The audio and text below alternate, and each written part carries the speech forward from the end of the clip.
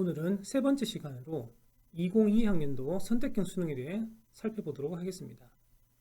2021학년도와 2022학년도 수능 체계를 서로 비교 및 분석하는 시간을 가지도록 하겠습니다. 그럼 다음으로 넘어가겠습니다.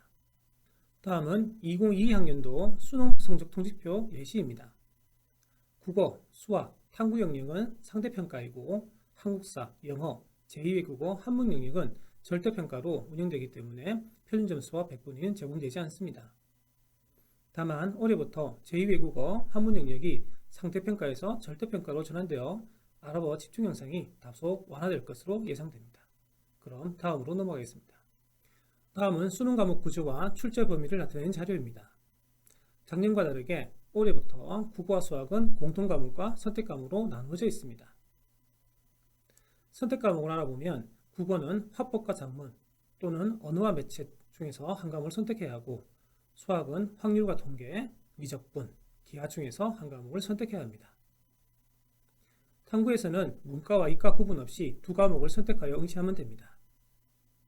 다만 자연계의 상위권 대학과 상위권 학과에서는 과탐 두 과목을 지정하고 있으니 이 점 유의하시기 바랍니다.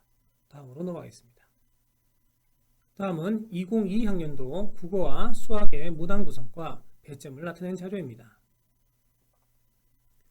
표에서 보는 바와 같이 올해 수능 국어는 총 45문항으로 공통과목인 독서와 문학에서 34문항을 출제하고 화법과 작문, 언어와 매체에서 각각 11문제씩 출제가 돼 이 중 한 과목을 선택하여 응시하면 됩니다.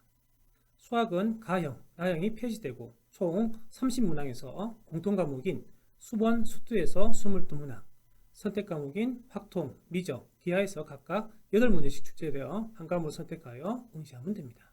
이렇게 과목 선택권을 보유하면 선택과목에 따른 유불리가 발생하기 때문에 평가원에서 다음과 같이 성적 산출 방식을 통해 점수를 조정합니다.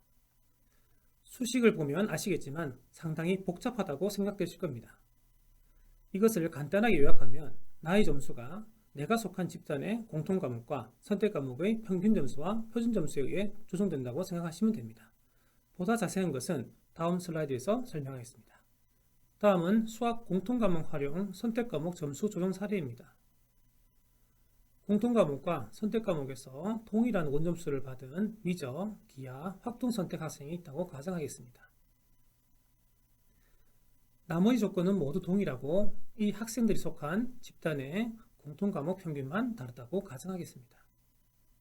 이에 따라 세 학생의 표준점수는 다음과 같이 모두 다르게 나오는 것을 알 수 있습니다. 공통과목 평균이 높은 미적분 선택 학생의 표준점수가 가장 높습니다. 정리하자면 모두 원점수가 같을 때 내가 속한 집단의 공통과목 평균점수가 높을수록 높은 표준점수를 받을 수 있다는 것입니다. 결론적으로 나의 점수가 내 실력 이외에 내가 속한 집단의 평균이나 표준 편차에 의해 영향을 받는다고 생각하시면 됩니다. 그럼 다음으로 넘어가겠습니다. 다음은 한 교육평가기관에서 예비 고3 대상으로 실시한 국어 선택과목 설문조사 결과입니다. 설문조사 결과 화법과 작문을 선택한 학생은 57.5%이고 언어와 매체를 선택한 학생은 42.5%입니다. 화작이 좀 더 많은 것을 알 수가 있습니다. 이는 다음 표에서 그 원인을 추정해 볼 수 있습니다. EBS가 발표한 통계에 따르면 지난 3년간 매년 2개에서 3개 문항의 언어와 매체 문항이 오답률 탑10에 오른 반면 화작은 단 한 문항도 없었습니다. 이와 같이 정답률 차이가 크기 때문에 화작 선택이 좀 더 많은 것으로 추정됩니다. 그럼 다음으로 넘어가겠습니다. 다음은 한 교육평가기관에서 예비 고3 대상으로 실시한 수학 선택과목 설문조사 결과입니다. 설문조사 결과 인문계의 경우 확률과 통계가 84.5%, 미적분이 13.9%, 기하가 1.6% 순으로 나타났습니다. 이렇게 인문계 학생도 미적분을 선택한 경우가 적지 않은 이유는 미적분이 교육과정 위계상 수원, 수투, 연장선상에 있기 때문에 공부하기 쉽다는 장점 때문일 것으로 파악됩니다. 자연계는 미적분을 선택하는 경우가 47.2%로 가장 많았고 확률과 통계가 38.9%, 기하가 13.9% 순으로 나타났습니다. 성적대별 통계를 살펴보면 인문계는 모든 등급대에서 확통이 가장 많았습니다. 하지만 자연계는 1에서 3등급 되는 미적이, 4등급 이하에서는 확통이 많음을 알 수 있습니다. 그럼 다음으로 넘어가겠습니다. 다음은 과목 특성으로 살펴본 선택과목 가이드입니다.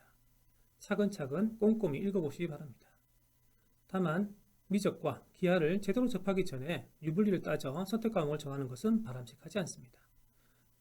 특히 기하의 경우 2021 수능 과목이 아니었기 때문에 올해 모의고사에서 어떻게 출제되는지를 보고 결정하는 것도 한 방법이라 생각합니다. 여기서 반드시 기억해야 될 것은 어떤 과목을 선택하든 선택 과목은 26점이라는 사실입니다. 결국 74점인 공통 과목의 성적을 살뜰하게 챙기는 것이 선택 과목의 유불리 따지는 것보다 훨씬 더 중요할 수 있습니다. 이 점 명심하시기 바랍니다. 그럼 다음으로 넘어가겠습니다.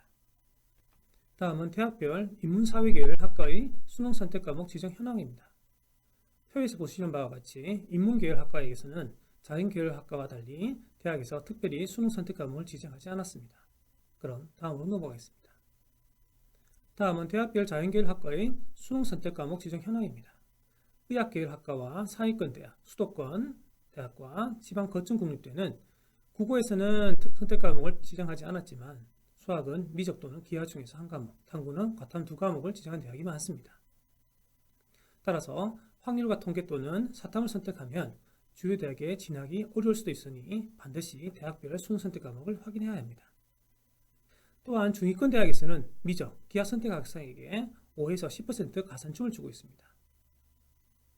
하위권 대학의 경우에도 선택 과목을 지정하지 않았지만 미적 또는 기하, 과탐을 선택한 학생에게 5에서 10% 가산점을 부여하고 있기 때문에 이 점 유의하시기 바랍니다. 지금까지 2022학년도 선택형 수능 체계에 대해서 살펴보았습니다. 국어와 수학에서 어떤 과목을 선택해야 할지 상당히 고민스러울 것이라 생각합니다.